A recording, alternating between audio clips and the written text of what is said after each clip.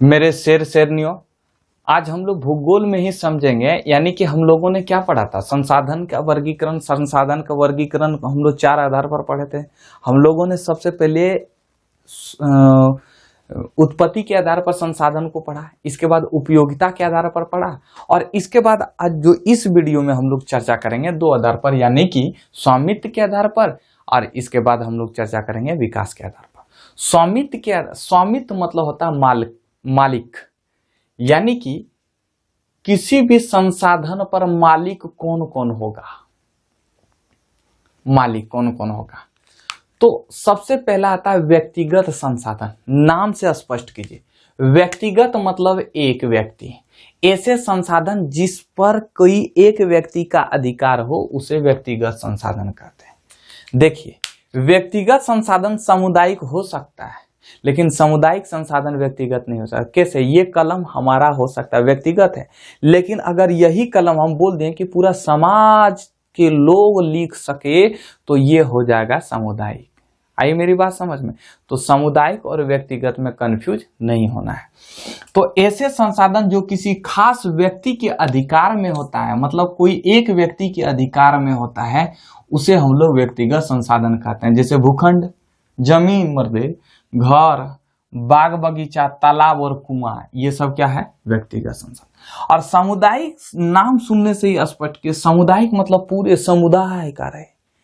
ऐसे संसाधन जिसका स्वामित्व मतलब मालिक, जिसका मालिक समुदाय के सभी सदस्यों के पास समान रूप से उपलब्ध हो, उसे हम लोग सामुदायिक संसाधन कहते हैं। मतलब समुदाय के जितने भी लोग हैं सब पर समान अधिकार हो। देखिए, सामुदायिक भवन है, देखते होंगे आप, सामुदायिक भवन गांव में बना रहता है सामुदायिक भवन। वो बात अलग है कि आज काड़ा और भैंस बांध देता है ससुरा, ठीक है। तो इस सामुदायिक भवन सबका अधिकार है, लेकिन साफ नहीं रहता, कूड़ा कचड़ा रहता है। उसमें क्या करता है, छोटा छोटा बुतरू जाता है, ऐसे मार देगा। सरकारी संपत्ति देखता है तो उसको ऐसे पकड़ेगा, मुकसवा ऐसे लेगा, पूछ देगा, तो कोई पेशाब कर देगा, तो कोई कुछ कर देगा। मतलब तरह तरह के लोग हैं।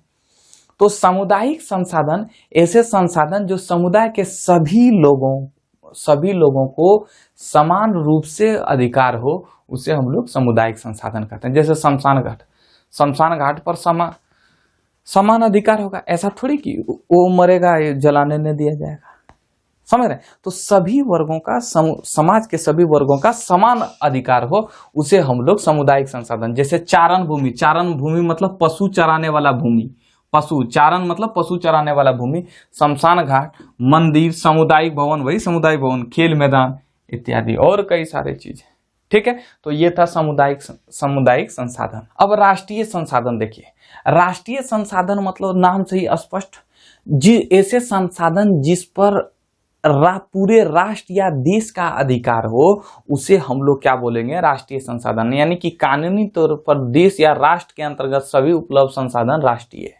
या हम लोग ऐसे भी परिभाषित कर सकते हैं, ऐसे संसाधन जिस पर पूरे देश का अधिकार हो या राष्ट्र का अधिकार हो, उसे हम लोग राष्ट्रीय संसाधन कहते हैं। जैसे खनिज में आ जाएगा कोयला। अगर आपके घर के अंदर कोयला है तो वो कोयला जो है सरकार ले लेगी। तो पूरे भारत की जब सरकार ले लेगी तो वो पूरे भारत की सरकार अपने घर के लिए काम नहीं करता, बल्कि पूरे भारत के लिए काम करता है, तो पूरे राष्ट्र के लिए काम करता है। इस प्रकार के संसाधन को राष्ट्रीय संसाधन। वन एवं वन्य जीव, जल की राजनीतिक सीमा। इस ससुरे जल की राजनीतिक सीमा क्या होती है, हम इसके बारे में चर्चा करेंगे अभी, ठीक है। पहले इसको समझा लेते हैं। अब चौथा जो है अंतरराष्ट्रीय संसाधन। अंतरराष्ट्रीय संसाधन किसे कहते हैं? तो देखिए, जब किसी संसाधन पर एक राष्ट्र का अधिकार हो उसे राष्ट्रीय संसाधन कहते हैं। लेकिन जब किसी संसाधन पर पूरे अंतरराष्ट्रीय संस्थाओं का अधिकार हो, अंतरराष्ट्रीय संस्था मतलब समझे, इंटरनेशनल, यानी कि सब देश मिलकर एक संगठन बनाएगा, अंतरराष्ट्रीय संगठन। इसको हम समझाएंगे विस्तार से। इन संसाधनों पर संचालन तथा स्वामित्व का अधिकार अंतरराष्ट्रीय संस्थाओं के पास होती है। इस ससुरा अंतरराष्ट्रीय संस्था क्या होता है? देखिए, ध्यान से समझिएगा।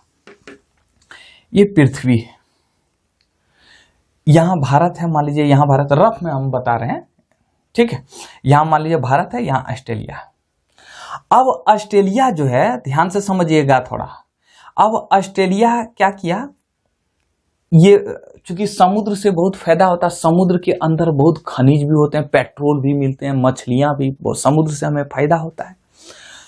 तो ऑस्ट्रेलिया गया यहाँ, इतना दूर तक समुद्र, जितना इतना दूर तक समुद्र की मछली को सब ले आया, फायदा हुआ इसको। भारत भी इतना दूर तक, फिर बोला भारत समझा कि और थोड़ा आगे बढ़ जाए, ऑस्ट्रेलिया भी बोला और आगे बढ़ जाए। तो इस तरह जो है लड़ाई हो जाता। तब तक फिर इधर कोई दूसरा देश आ जाता, फिर बोलता कि हमरा है, इधर मत जाओ, इससे झगड़ा हो जाता। तभी क्या किया, एक संस्था बना। अब नाम हम नहीं लेंगे कोई भी संस्था का, उतना दिमाग में रखना नहीं है। तो सारे देश ने मिलकर एक संगठन बनाया। अब उस संगठन का हम नाम नहीं बताएंगे। तो जब संगठन बनाया, अब इस संगठन में कई देश थे। अब ये संगठन में ये निर्णय लिया गया कि भारत जो है कितना दूरी तक मछली पकड़ सकता है, या ऑस्ट्रेलिया कितना दूरी तक मछली पकड़ सकता है समुद्र में। ऐसा थोड़ी कि जहीं मन तहीं घुस जाएगा समुद्र में, अरे इसका भी तो कुछ सीमा होगा। तो पहले सीमा नहीं था, ये 1982 में शुरू हुआ, 1982। अब हम कहीं क्यों बताएं इसको, ठीक है। तो अब ये सीमा शुरू हुआ, अब यहीं से अब आपका जो है सीमा संस्था बना। और ये संस्था बोला कि नहीं बाबा, तट रेखा से 200 किलोमीटर दूरी के बाद जो खुले महासागरीय संसाधनों पर किसी देश का अधिकार नहीं होगा।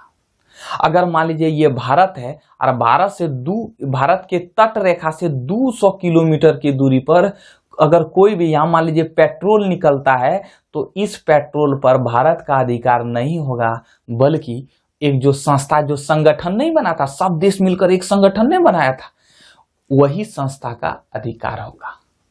आई मेरी बात समझ में? तो इस संसाधन को बोलते हैं अंतरराष्ट्रीय संसाधन। तो ऐसे संसाधन जिसका संचालन या स्वामित्व अंतरराष्ट्रीय संस्था, तो ये जो सब मिलकर जो बनाया था, सब देश ने मिलकर बनाया था, इस संस्था को क्या बोलते हैं, अंतरराष्ट्रीय संस्था। समझे? और हम थोड़ा सा विस्तार से इसको समझाते हैं, इसका तब तक स्क्रीनशॉट लीजिए। देखिए ये भारत है, ठीक है। अब देखिए ये जो तट, मतलब समुद्र के किनारे ये जो क्षेत्र है, ये रेखा को तट रेखा कहते हैं। समुद्र के किनारे को क्या बोलते हैं, तट। और ये जो सीमा जो बनाती है स्थल भाग को तट रेखा कहते हैं। ये तट रेखा देखिए कहीं घुसल है, कहीं उठल है, ऐसे है कि नहीं, कहीं ऐसे घुसल है। तो क्या किया जाता है कि यहां से हमने बताया ना कि सभी देश मिलकर एक संस्था बनाया 1982 में। इस संस्था का सी ऑफ लॉ, हटाइए, कुछ नहीं 1982 में एक संस्था बना। अब इस संस्था ने एक नियम लागू किया, कहा कि देखो हम सीमा फिक्स कर देते हैं, सब देश की सीमा को फिक्स कर देते हैं समुद्र में कि कितना दूर तक वो जा सकता है। देखिए अब ये कटल फटल है, तब यहां से क्या किया, मिला दिया, एगो रेखा खींच दिया, सीधी रेखा खींच दिया। इस रेखा को कहा जाता है आधार रेखा। इस रेखा को क्या कहा जाता है, आधार रेखा, ठीक है। आई मेरी बात समझ में?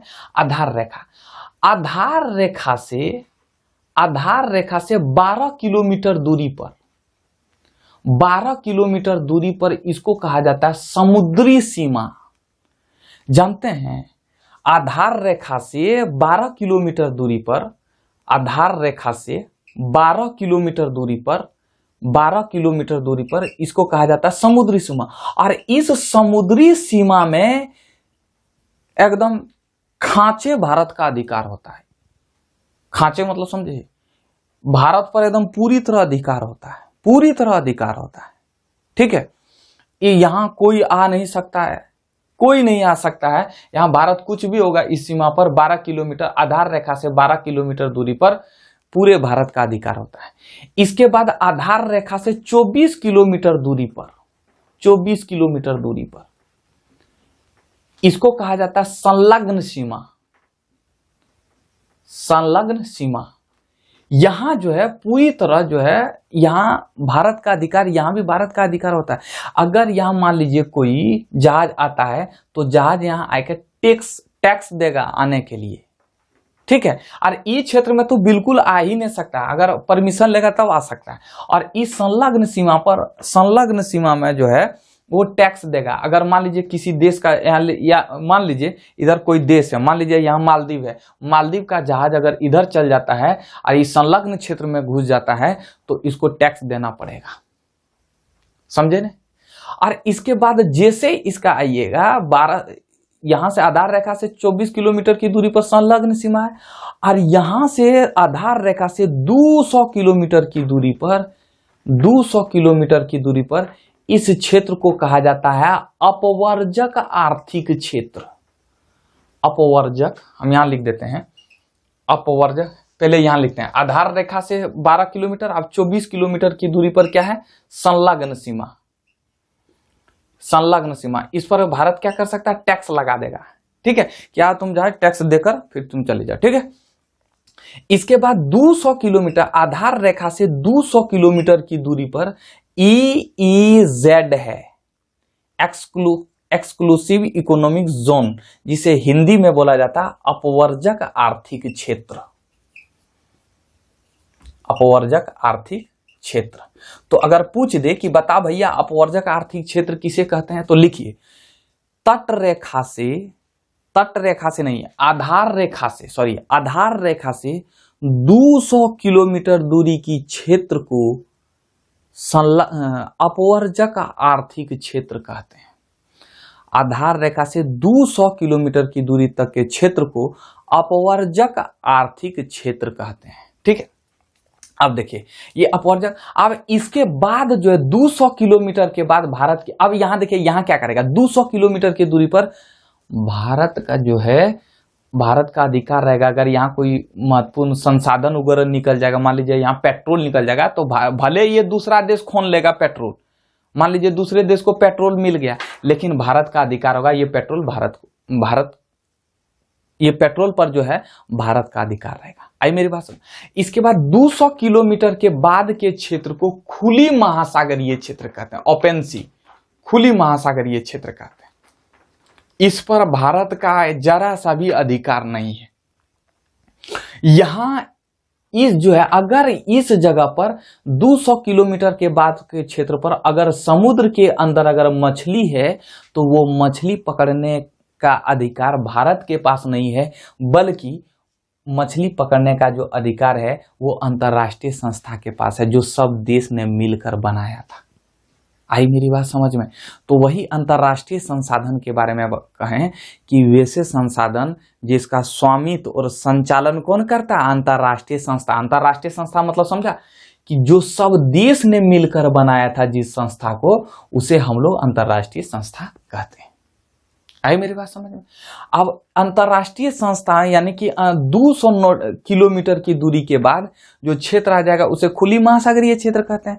और उस खुली महासागरीय क्षेत्र पर किसका अधिकार होगा, अंतर्राष्ट्रीय संस्था का अधिकार होगा। वो इस देश का अधिकार नहीं होगा, वो भारत का देश, चाहे कोई भी देश रहे, उसका अधिकार नहीं होगा। समझे कि नहीं समझे। तो जैसे मान लीजिए यहां भारत है, या 200 किलोमीटर के बाद अगर कोई आ जाता है, 200 किलोमीटर के बाद अगर यहाँ खनिज वगैरह मिल जाता है, तो इस पर भारत का अधिकार नहीं होगा, बल्कि अंतर्राष्ट्रीय संस्था का अधिकार होगा।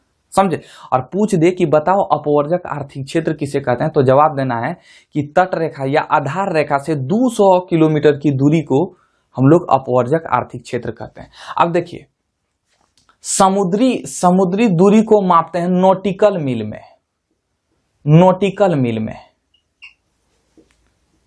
ठीक है, नॉटिकल मील में, शॉर्टकट में बोलते हैं NM। ठीक है, एक नॉटिकल मील यानी कि एक NM बराबर होता है 1.852 किलोमीटर होता है। लिख लीजिएगा इसको, एक नॉटिकल मील बराबर होता है 1.852 किलोमीटर, यानी कि समुद्र की दूरी को किस में मापते हैं, नॉटिकल मील में। ठीक है, और एक नॉटिकल मील बराबर होता है 1.852 किलोमीटर। ठीक है, समझ पा रहे हैं मेरी बात को। तो ये था अपवर्जक आर्थिक क्षेत्र। विकास के आधार पर संसाधन 4 प्रकार के होते हैं। पहला जो संसाधन होता है उसे हम लोग संभावित संसाधन कहते हैं। संभावित मतलब संभावना। तो वह संसाधन जो किसी प्रदेश में उपस्थित हो परंतु उनका विकास उचित रूप से नहीं हुआ हो, संभावित संसाधन मतलब संभावना है, लेकिन इसका उपयोग संभावना है, उचित रूप से अभी उपयोग नहीं हो पा रहा है। जैसे हिमालय क्षेत्र का खनिज, हमारे पास उसे मशीनें नहीं है जो हिमालय क्षेत्र के खनिज को निकाल पा रहे हैं।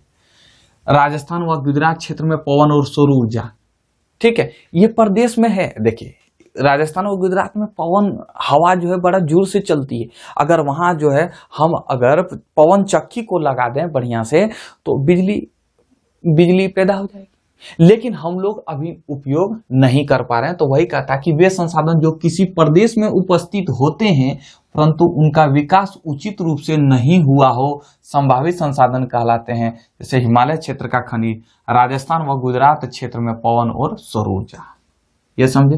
फिर अब लोग विकसित संसाधन, यानी कि विकसित संसाधन मतलब क्या होता है, विकास हो गया है। तो ऐसे संसाधन जिनका सर्वेक्षण किया जा चुका है, सर्वेक्षण मतलब जांच पड़ताल कर दिया है, उनके उपयोग की गुणवत्ता और मात्रा निर्धारित की जा चुकी है।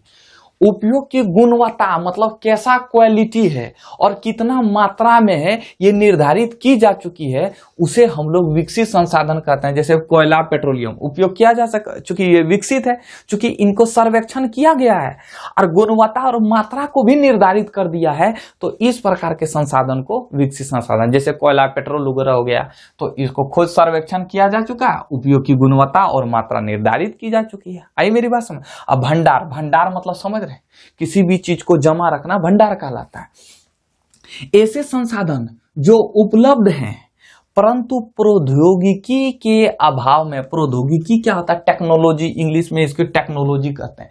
टेक्नोलॉजी मतलब होता है किसी भी चीज को, किसी भी काम को आसान कर देना, उसे टेक्नोलॉजी कहते हैं। जैसे देखिए, अगर मान लीजिए, याद कीजिए कि अगर बाइक नहीं था तो अगर किसी रिश्तेदार के यहाँ जाते थे निमंत्रण देने के लिए, तो हम लोग साइकिल से जाते थे, 2 दिन लगता था जाने में, लंबाई ज्यादा दूर जाते थे तो 2 दिन लगता था। यानी तो ट्रेन की, अगर वहां ट्रेन की सुविधा तो ट्रेन से जाते थे। लेकिन जब से मोबाइल आया, तब क्या हुआ, ये टेक्नोलॉजी यानी कि काम को आसान कर दिया, समय की बचत और काम भी आसान बना दिया, तो उसी को हम लोग टेक्नोलॉजी कहते हैं। तो जो काम को आसान कर दे और समय की बचत करे उसे टेक्नोलॉजी कहते हैं। तो ऐसे संसाधन जो उपलब्ध है परंतु हमारे पास वैसा टेक्नोलॉजी नहीं है जो उसको उपयोग कर सके, उसके वहां तक पहुंच सके। ठीक है, हमारे पास बहुत संसाधन, जैसे मान लीजिए अभी यूरेनियम रहता है। यूरेनियम से पता है, इतना कटी यूरेनियम से 24 घंटा का बिजली जल सकता है। इतना सा एक यूरेनियम का टुकड़ा ले लेंगे, 24 घंटा बिजली जल सकता है। मान लीजिए यहाँ यूरेनियम आ गया, पहाड़ है, यूरेनियम आ गया, यहाँ यूरेनियम मिल गया, मान लीजिए हमको यूरेनियम का खदान मिल गया। यूरेनियम तो हम जान रहे हैं कि यहाँ खदान है, लेकिन हमारे पास टेक्नोलॉजी नहीं है जो कि उस यूरेनियम को खोद कर निकालें। तो इस प्रकार के संसाधन को भंडार संसाधन कहते हैं। तो वही बोले हैं कि ऐसे संसाधन जो उपलब्ध है लेकिन टेक्नोलॉजी के अभाव में उसकी पहुंच से बाहर है, भंडार संसाधन कहलाता है। जैसे जल, हाइड्रोजन। जैसे देखिए, जल किससे मिलकर बना है, हाइड्रोजन और ऑक्सीजन से।